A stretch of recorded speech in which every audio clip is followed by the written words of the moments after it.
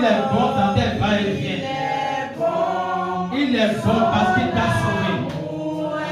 Il est bon parce que tu as accepté son salut. Il est bon parce que tu comprends son salut. Merci Jésus pour ta bonté. Merci pour ta bonté. Cette bonté qui se renouvelle chaque matin de ma vie. Merci Jésus pour ta bonté. Je te célèbre pour ta bonté. Tu es bon dans ma vie. Tu es bon dans ce ministère. Tu es bon dans ce message. Merci Jésus.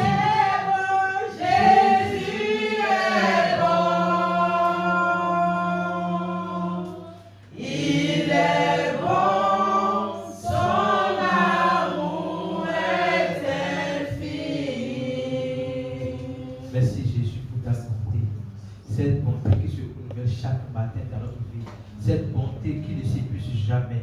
Nous te disons merci pour ta bonté. Nous te disons merci parce que tu nous as accordé rendez-vous ce matin pour nous parler, pour nous donner un message spécifique. C'est ce message qui va transformer nos vies, ce message qui va métamorphoser nos pensées. Au nom de Jésus, je déclare que nos cœurs sont disposés, nos oreilles sont ouvertes pour entendre ta voix. Nos yeux sont ouverts pour voir ta gloire. Au nom de Jésus, nous avons prié. Amen. Alléluia. Aujourd'hui, nous allons continuer dans notre étude biblique sur les actes des apôtres. Et nous allons poursuivre avec Acte 4. J'aurai besoin de la technique pour qu'on puisse avancer. Acte 4. Nous savons que dans Acte 3, le message qui était évident, c'est la guérison du paralytique de naissance. La guérison du paralytique de naissance, c'est le message principal de Acte 3. Et nous avons vu que Pierre et Jean ne se sont pas appropriés la gloire de cette guérison. Ils ont mis le focus sur Jésus-Christ, l'auteur de cette guérison. Alléluia. Est-ce qu'on peut avoir Acte 4, s'il vous plaît? Acte 4, Acte chapitre 4, verset 1. Oui.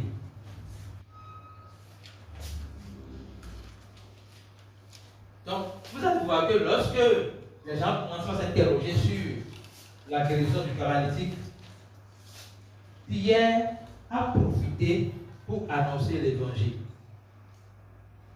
Et nous allons voir que dans Acte 4, il a continué dans la même dynamique. On va voir le résultat de cela a donné.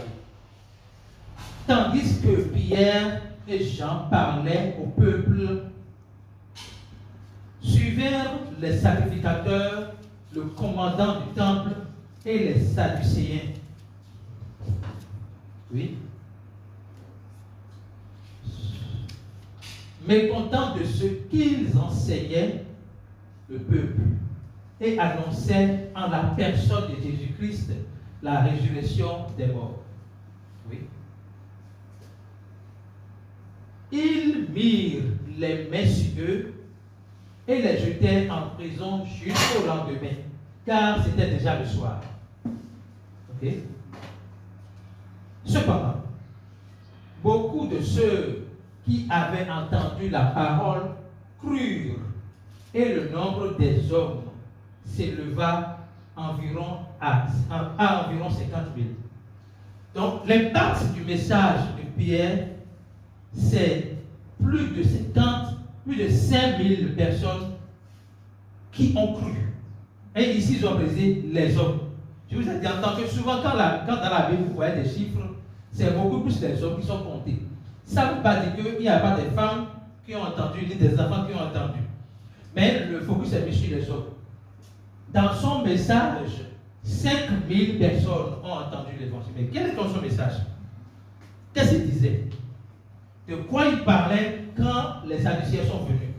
Allons dans Acte 3, verset 22.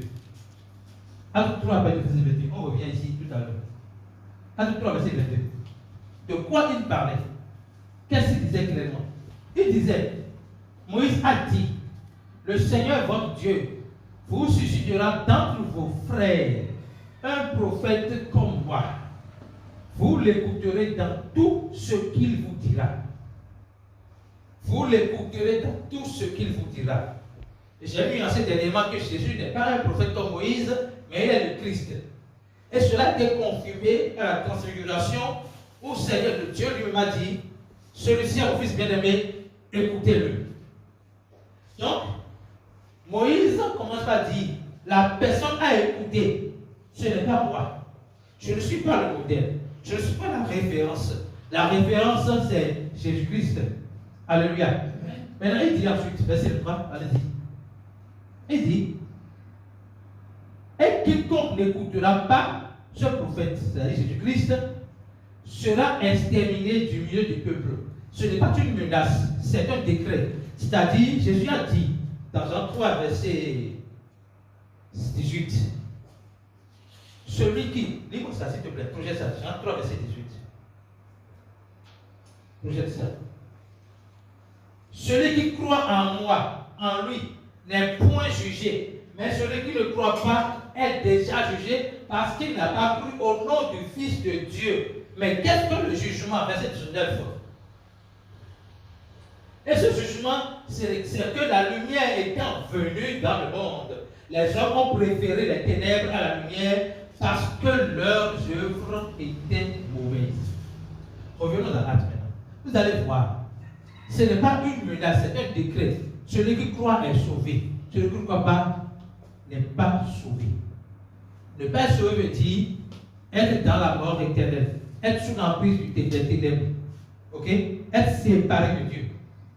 Celui qui est séparé de Dieu est mort, parce que Dieu est la vie. Jésus a dit, et la bonne chose a été claire, il a dit, celui qui a Jésus a la vie, celui qui n'a pas Jésus n'a pas la vie. Si tu n'as pas la vie, tu es mort, ok? Donc ce n'est pas une menace qu'il est temps de proférer contre les gens, non, ok? Verset 24. Tous les prophètes qui ont successivement parlé depuis Samuel ont aussi annoncé ces jours-là. Quel jour? Le jour où Jésus-Christ viendra mourir pour les péchés du monde entier. Le jour où il sera enseveli et ressuscité des morts. Ok? Oui, allons-y. Continuons le verset 6. 26. C'est à vous, premièrement, que Dieu, ayant suscité son serviteur, Jésus-Christ, l'a envoyé pour vous bénir, en détournant chacun de ses iniquités. C'est Jésus-Christ qui a été la seule personne à ôter le péché du monde. Nous n'avions pas la capacité de nous sauver, c'est-à-dire de mourir pour nos propres péchés parce que nous sommes déjà morts. Et la seule personne qui pouvait mourir pour nous, qui pouvait ôter le péché du monde, c'est Jésus-Christ. Pourquoi? Parce que, il n'est pas né de la chair. Il n'est pas né de la volonté de la chair ni du sang. Il est né de Dieu. Pas même qu'il est né de Dieu. Il est Dieu manifesté dans la chair. Ok? Il est Dieu manifesté dans la chair. Donc, il est sans péché. Et il faut sans péché pour porter le péché autrui. Lorsque vous allez au tribunal et que vous voulez prendre la place de quelqu'un, il faut que vous soyez innocent de l'acte en question pour que vous puissiez prendre la place de la personne. Si vous êtes coupable, vous n'allez pas prendre une place, vous allez juste entrer en prison avec la personne. Ok? Donc Jésus-Christ était innocent. Il était sans péché. C'est pour cela qu'il peut maintenant porter nos péchés. Et comme il a porté nos péchés, il a porté le péché. Et lorsqu'il est allé à la croix, il a détruit le péché. Dans Hébreux 9, verset 6. Hébreux 9, verset 6. La parole dit que le péché a été aboli. Hébreux 9, verset 6. Hébreux 9, verset 6. On revient à Actes. Autrement, il aurait fallu qu'il eût souffert plusieurs fois depuis la création du monde, tandis que maintenant, à la fin des siècles, il a apparu une seule fois pour abolir le péché par son sacrifice. Il a aboli le péché par son sacrifice. Ça veut dire que dans la mort de Jésus-Christ, par la mort de Jésus-Christ, le péché est aboli. C'est ainsi que Jésus a ôté le péché du monde. Alléluia. Revenons dans Actes 4, maintenant, verset 5, pour continuer. Nous avons vu ce que Pierre disait. Pierre prêchait l'évangile. Le faisait savoir que ce n'est plus, ce n'est plus Moïse que vous allez écouter, mais c'est Jésus que vous allez écouter. Et si vous n'écoutez pas Jésus, vous êtes condamné. Et ce n'est pas une menace. Et quand il parle d'écouter Jésus-Christ, c'est en réalité croire dans le sacrifice de Jésus-Christ. C'est dans le sacrifice de Jésus-Christ qu'il y a tous les messages du monde. Est-ce que vous comprenez ce que je viens de dire? Quand il dit écouter Jésus-Christ, c'est en réalité croire dans l'œuvre salvatrice que Christ a accomplie. Et c'est dans cette œuvre que je trouve tous les messages du monde. Le lendemain, les chefs du peuple et les anciens et les scribes s'assemblèrent à Jérusalem. Voyez les mentalités. Avec Anne, le souverain, avec Anne, le souverain sacrificateur, Caïphe, Jean-Alexandre et tous ceux qui étaient de la place des principaux sacrificateurs. Allez-y. Ils firent placer au milieu d'eux Pierre et Jean et leur demandèrent par quel pouvoir et au nom de qui avez-vous fait cela? Par quel pouvoir et au nom de qui avez-vous fait cela? Entre-temps, il n'était pas là quand Pierre parlait au début. Pierre avait dit, ce n'est pas par notre propre pouvoir, mais par notre piété que nous avons guéri le paralytique. C'est par le nom de Jésus-Christ que cela a été fait. Donc Pierre ne s'approprie pas la gloire de la guérison du paralytique. Alléluia. Maintenant, réponse qu'il donne maintenant au Sadducéens. Écoutez. Alors Pierre, rempli de cet esprit, leur dit, écoutez bien, ici, rempli de cet esprit ne veut pas dire qu'il n'avait pas le Saint-Esprit en lui. Ça ne veut pas dire que le Saint-Esprit vient de descendre encore sur lui. Ça veut dire l'accomplissement de ce que Jésus avait dit. Si les gens vous accusent, ne vous inquiétez pas de ce que vous allez dire. Je vous donnerai à l'instant ce que vous allez dire. Donc, rempli de cet esprit, c'est rempli de la sagesse de Dieu, de l'inspiration de Dieu. Ok? Donc, Pierre, rempli de cet esprit, leur dit, chef du peuple et ancien, oui, puisque nous sommes interrogés aujourd'hui sur un bienfait accordé à un homme malade, afin que nous disions comment il a été guéri, oui, sachez-le tous. Sachez-le tous. Et que tout le peuple d'Israël, je vais ajouter, que le monde entier sache, c'est par le nom de Jésus-Christ de Nazareth que vous avez crucifié et que Dieu a ressuscité des morts. C'est par lui que cet homme se présente en pleine santé devant vous. Donc encore une fois, il donne gloire à Dieu. Mais cette fois-ci, il insiste que si vous ne le saviez pas, sachez maintenant. Ok? Continuez. Jésus est la pierre rejetée par vous qui bâtissez et qui est devenue la principale de l'angle. Parce que tu as Jésus-Christ. Partout où tu es rejeté, le Seigneur fait une prophétie dans ta vie ce matin. Parce que tu as Jésus-Christ en toi, qui est la pierre de l'angle. Partout où tu es rejeté, tu deviens la pierre de l'angle. Amen. Au nom de Jésus-Christ. Continue à le laisser.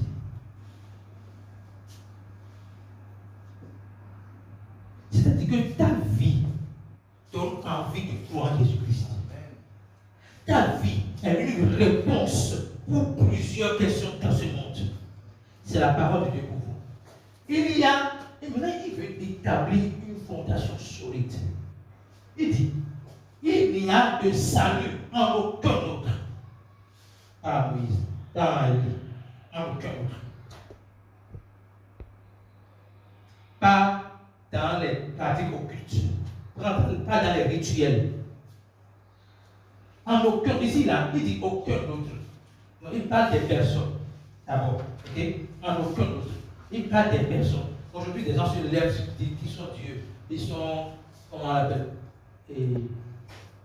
Enfin, ils disent qu'ils sont Dieu. Ça, c'est pas dans le monde. C'est au Bénin, c'est en Afrique, des gens qui sont Dieu. Je suis Dieu. Mais les non. Et la fille là, comment on l'appelle? Donc, les gens se proclament Dieu. Jésus dit, et Pierre dit, il n'y a de salut en aucun autre, car il n'y a sous le ciel aucun autre nom qui a été donné par lequel les hommes, parmi les hommes, par lequel nous devrions être sauvés. Donc, je disais que tout à l'heure, il mettait l'accent sur une personne. Maintenant, il a dit qu'un autre nom. Il n'y a sous le ciel aucun autre nom en dehors du nom de Jésus-Christ. Il n'y a sous le ciel aucun autre nom par lequel nous devrions être sauvés. Mettez tout ce que vous voulez dans le nom. Mettez, je ne vais pas dire n'importe quoi. Mettez l'eau dans le nom. Mettez huile d'olive dans le nom. Mettez savon de chance dans le nom. Il n'y a aucun nom par lequel nous devrions être sauvés.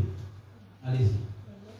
Cela veut dire que quand on parle du salut, on pense à une personne et à un nom. On pense à la personne de Jésus-Christ et au nom de Jésus-Christ. Et quand on dit au nom de Jésus-Christ, on parle en réalité du sacrifice de Jésus-Christ. Lorsque vous priez pour quelqu'un, vous dites au nom de Jésus-Christ, ce n'est pas que le nom de Jésus-Christ.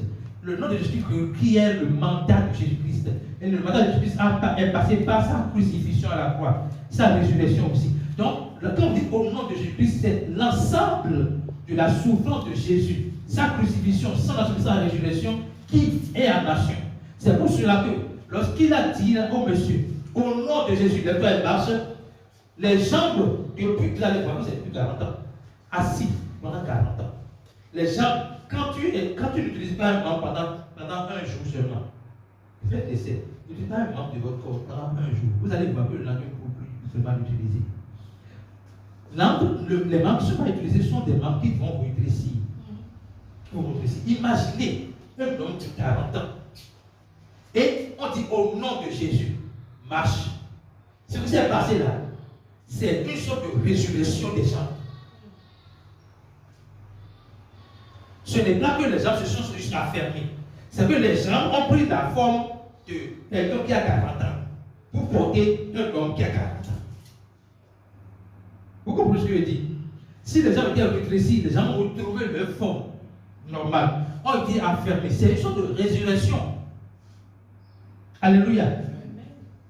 Donc, il dit, lorsqu'ils virent l'assurance de Pierre et de Jean, ils furent étonnés, sachant que c'était des hommes du peuple sans instruction.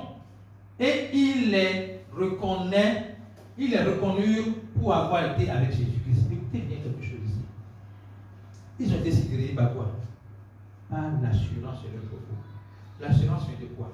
Tout à l'heure, on dit Pierre rempli du Saint-Esprit, rempli de la sagesse de Dieu. Pierre ne parlait pas de lui-même. Ce n'est pas Pierre dans la chair qui parlait. C'est Dieu qui parlait au travers de Pierre. Donc il n'entendait pas Pierre. Ça dit ce que Pierre disait dépassait Pierre. Vous comprenez ce que je dis?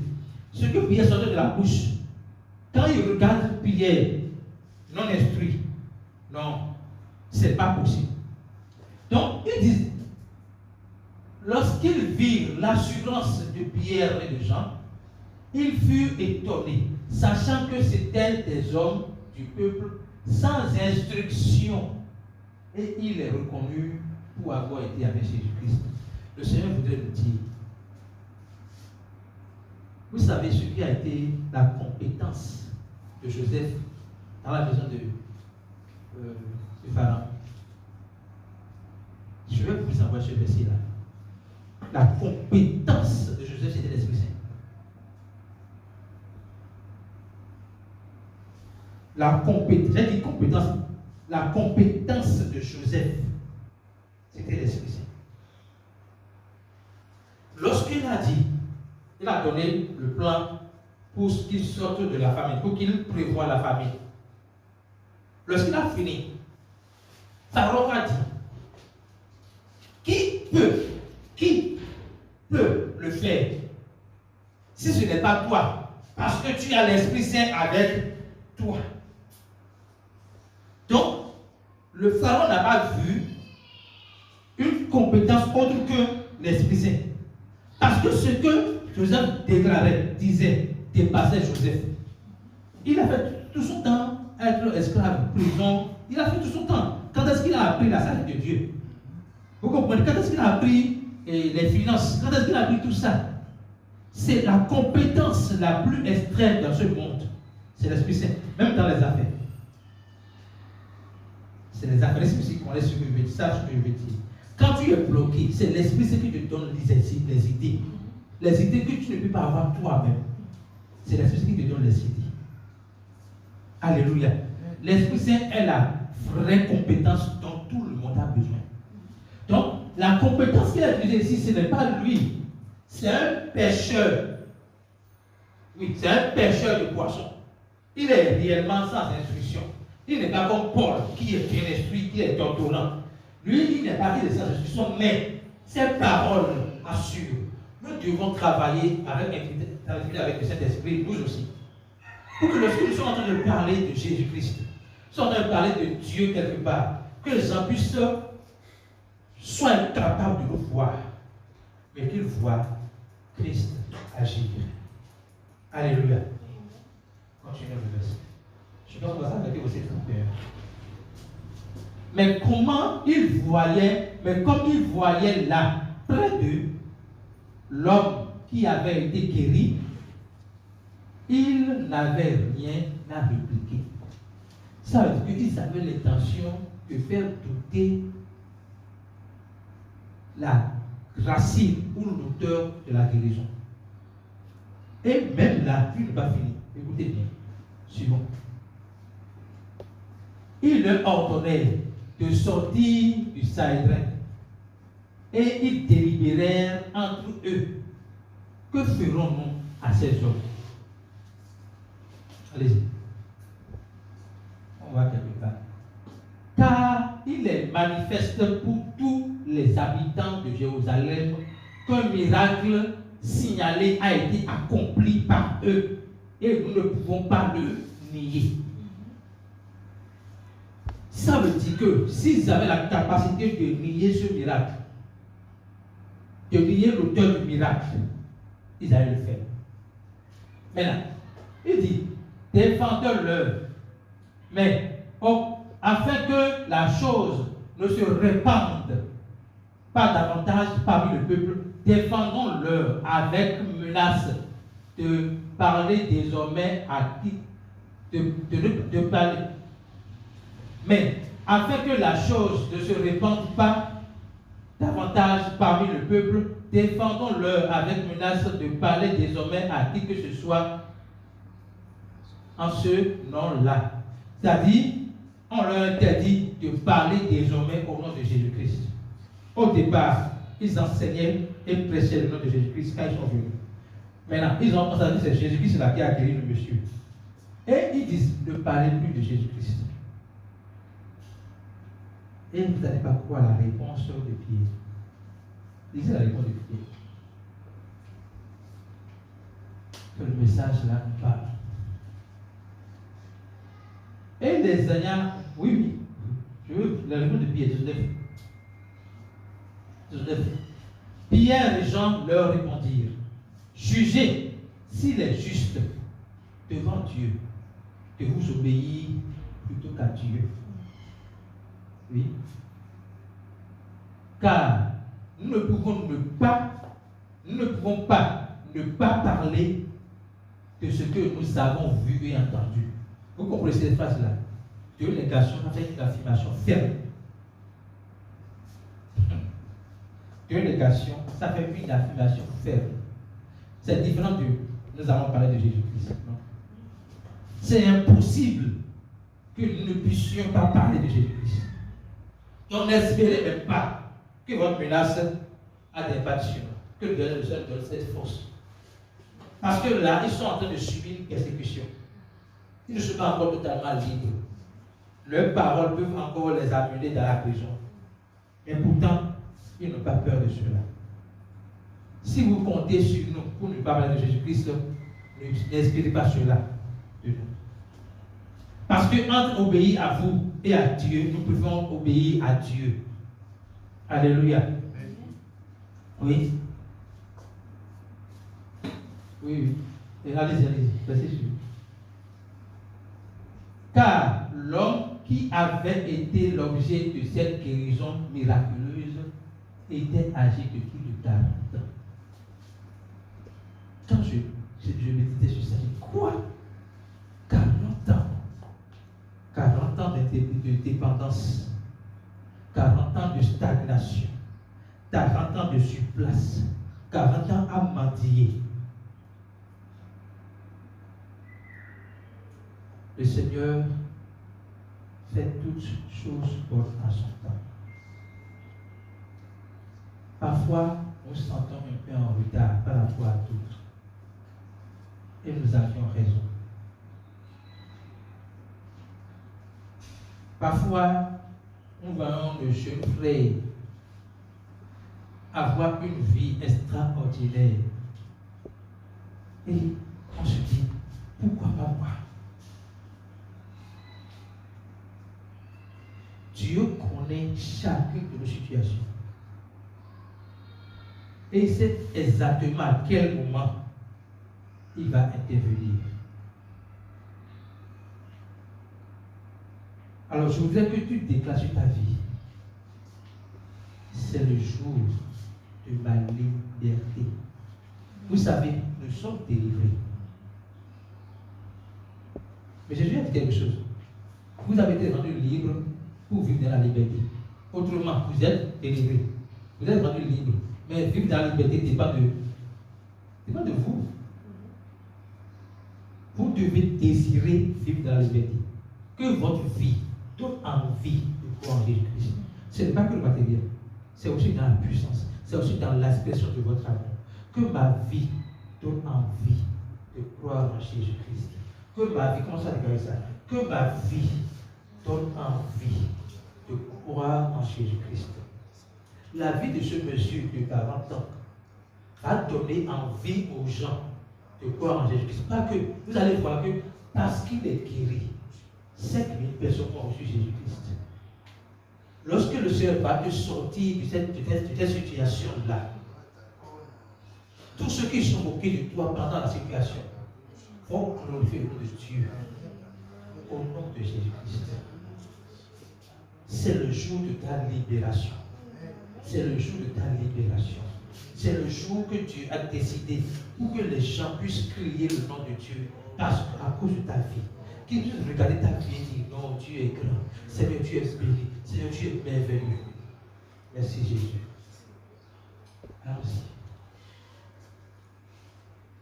Après avoir été relâchés, ils allaient vers les leurs et racontaient tout ce que les principaux sacrificateurs et les anciens leur avaient dit. Il y a une prière qui sont faites ici, qui doit être notre prière. Lorsqu'ils l'eurent entendu, ils élevèrent à Dieu la voix, tous ensemble, et dirent: Seigneur, toi qui as fait le ciel et la terre, la mer et tout ce qui s'y trouve, c'est toi qui as dit par le Saint-Esprit, par la bouche de notre Père, ton serviteur David. Pourquoi ce tumulte? Pourquoi ce tumulte parmi les nations et ces vaines pensées parmi les peuples? Les rois de la terre se sont soulevés Et les princes se sont ligués contre le Seigneur et contre son roi. Entre-temps, c'est les pièges, Paul et ceux qui sont persécutés. Mais en réalité, c'est Dieu qui est persécuté. C'est la même chose que Dieu a dit. Jésus a dit à Paul, pourquoi me persécutes-tu? Et je vous ai dit ici que partout où vous sentez persécuté, c'est pas que vous êtes persécuté, c'est Dieu qui est persécuté. Et Dieu ne reste pas tranquille. Il va rester tranquille. Il va agir. Mais pas comme nous pensions. Dans le cas de Paul, il n'a pas tué Paul. Il a fait de Paul, il a fait de Saul Paul. Ok? Donc, David disait cela depuis. Ok? Continuons le verset, s'il vous plaît. Continuons le verset. Continuons. Verset 8. Pour faire tout ce que ta main et ton conseil avaient arrêté d'avance. Ok? Allons-y. Et maintenant, Seigneur, écoutez maintenant la prière. Maintenant, Seigneur, vois leur menace et donne à tes serviteurs d'annoncer la parole avec une pleine assurance. Il n'a pas dit voir leur menace et exterminer. Il parle de ce dont eux ils ont besoin pour continuer le message. Est-ce que vous comprenez? Dans leur prière, parce que souvent, vous savez, on n'est pas trop conscient de ce que nous faisons parfois. Quand nous sommes en difficulté et que nous identifions les personnes qui sont à cause, on ne dit pas Dieu, vois ce qu'il me fait et donne-moi la force d'avancer. Mon Dieu ne dort pas. Seigneur, il faut le faire payer ça. Il faut le faire comprendre qu'il a offensé un enfant de Dieu. Il faut lui montrer que non, on ne touche pas à son main. Il faut lui montrer ceci. Il faut lui faire ceci. C'est comme ça on prie. Mais les apôtres n'ont pas prié comme ça. Il dit maintenant, Seigneur, vois leur menace. Ce n'est pas que Dieu ne voyait pas. Mais il disait, nous on ne veut pas nous occuper de ça. Mais ce que nous on veut, donne-nous avec force d'annoncer avec assurance le message. Donne-nous d'annoncer avec assurance ton message. C'est ce qu'ils ont demandé à Dieu. Allons-y, c'est suivant. En étendant ta main pour qu'il se fasse. Donc, pendant que nous prêchons avec puissance, avec assurance, étends ta main pour qu'il se fasse encore des guérisons, des miracles et des prodiges par le nom de ton saint serviteur Jésus-Christ. Alléluia. Alléluia. Verset suivant. C'est pas long. Quand ils eurent prié, le lieu où ils étaient assemblés trembla et ils furent tous remplis du Saint-Esprit et ils annoncent la parole de Dieu avec assurance. Donc, dès qu'ils ont fini de prier, ensemble, ils ont commencé par annoncer encore le message. Le Seigneur donne la force. Aujourd'hui, le Seigneur donne la force contre toutes les persécutions que nous expérimentons dans notre vie. Contre toutes les situations qui font douter de Dieu dans notre vie. Dieu donne la force de pouvoir prêcher avec assurance. Lorsque la parole signifie assurance, on ne doit pas donner l'impression qu'on ne comprend pas le message que nous prêchons. On ne doit pas hésiter dans les mots pour dire ce que le Seigneur nous communique. On doit montrer, c'est pas montrer, on doit prêcher avec assurance. Ce que nous disons doit être vu comme notre propre vie. Alléluia. Que le Seigneur nous donne la grâce d'annoncer son message avec assurance. Ce n'est pas dans l'éloquence. Ce n'est pas dans les principes de l'oratoire. C'est juste prêcher avec assurance. Levons le chemin de pied et commençons par merci à Dieu.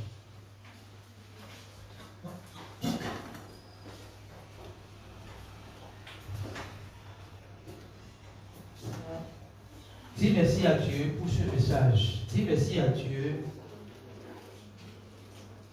parce qu'il nous montre à travers l'étude des Actes des Apôtres comment l'Église primitive a fonctionné. Quel était le moteur principal des apôtres? Cette étude nous rappelle et nous recentre sur notre mission. Cette étude nous rappelle et nous recentre sur notre mission.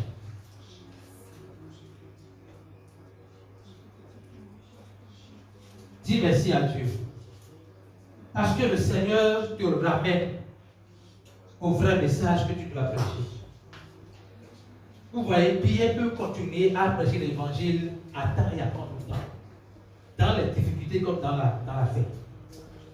Seigneur, merci de me ramener au centre de ton message. Merci de me ramener à ce qui fait la puissance dans cette vie. Tu as dit que l'évangile est la puissance de Dieu. Et dans l'étude de Actes des Apôtres, nous découvrons que l'évangile est réellement la puissance de Dieu. Par ton évangile, 3000 personnes ont entendu l'évangile et ont cru. Par ton évangile, 5000 personnes se sont ajoutées juste au travers de cette guérison. Seigneur, te dis merci. Merci de nous ramener à ton message. C'est au nom de Jésus que nous avons prié. Je veux que tu pries, que le Seigneur te donne. Prie la prière. On va dire, Seigneur, vois les défis de ma vie. Vois les challenges de ma vie. Et donne-moi la force de prêcher encore ton message avec assurance. Lorsqu'on était à Savalou, avant que le président, l'apôtre Moïse, n'aille donner l'évangile, il a eu une information vraiment déstabilisante. Et il a dit, c'est maintenant que je vais encore prêcher. C'est maintenant que je vais prêcher encore avec puissance. Donc, chaque fois que vous êtes face à une difficulté, dites-vous, c'est maintenant que je vais encore annoncer l'évangile. Pour dire que, en fait, je ne suis pas conditionné par cette difficulté. Non. Mon moteur n'est pas, et si je suis en paix dans tout, je peux prêcher l'évangile. Non. C'est maintenant que j'ai la difficulté là, que je vais annoncer avec force et assurance l'évangile. Commence par dire, Seigneur, je veux que tu m'accordes la grâce de ton assurance, de l'assurance de ton message. Je veux que quand je prêche, les gens puissent dire, ils prêchent avec assurance. Ce n'est pas un mérite, ce n'est pas un mérite, c'est la grâce que tu me donnes. Je veux cette grâce-là, je veux cette grâce pour mes frères et sœurs. Donne la grâce de pouvoir prêcher ton message avec assurance. Prends de ta conviction, de ta sagesse, pour que les paroles qui sortent de notre bouche ne sont pas des paroles qui viennent de nous, mais de toi. Seigneur, donne la force, la grâce d'annoncer ton message avec assurance. Donne la force, la grâce d'annoncer ton message avec force.